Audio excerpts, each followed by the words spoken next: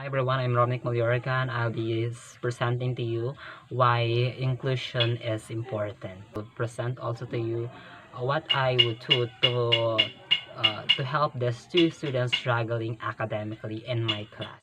In this era, they say that teaching is a thankless job. Not only are teachers underpaid, but many of them dedicate countless hours of their free time to do extra work for their students.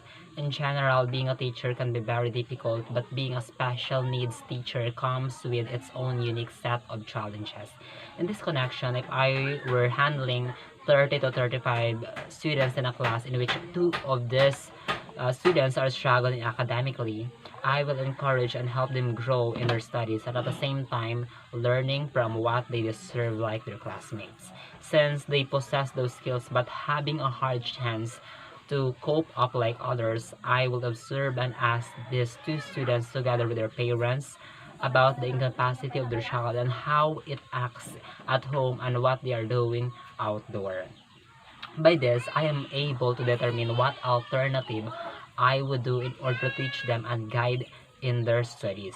Assuming that the students are struggling to learn, I will use the modification strategy because it changes the learning goal or objective. As mentioned in the learning module, a modification could change the instructional level, the content of curriculum covered, the performance criteria or objective, or the assignment structure. This exemplifies that reducing the amount of learning tasks to those students who are struggling most and changing the directive of output they need to submit. However, as a skilled teacher that is able to do a multitask, the following strategy will help students with special needs to go with the flow of discussion and learn and achieve the desired goals. First, it is important to organize classroom. Structure is essential for special needs students, and it can be very helpful for us as a special education teacher to minimize stress and distraction. Secondly, as their teacher, we should give them an opportunity to do with their own. Let them create but guide them with their weaknesses and encourage them to maintain positive outlook and let them work for small successes. Next, there should be a channel of hope, so let us create a support network. As a special education teacher, you will need to be able to work with your students' general education teachers as well as their therapists and parents.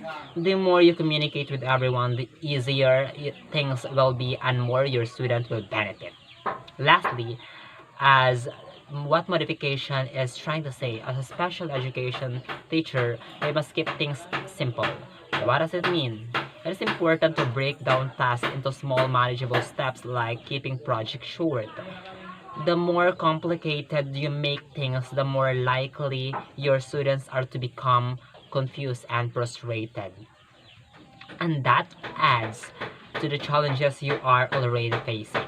This entails that in order to achieve the desired goals for these two students who are struggling to learn, these tips and strategies are beneficial in fostering life skills of the two as well as the whole class. Therefore, I must say that inclusion is important because it provides better quality of education for all children and are instrumental in changing discriminatory attitude.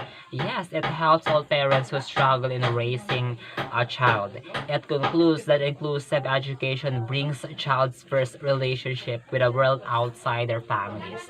It enables them to develop social relationships and interactions. Thank you for watching.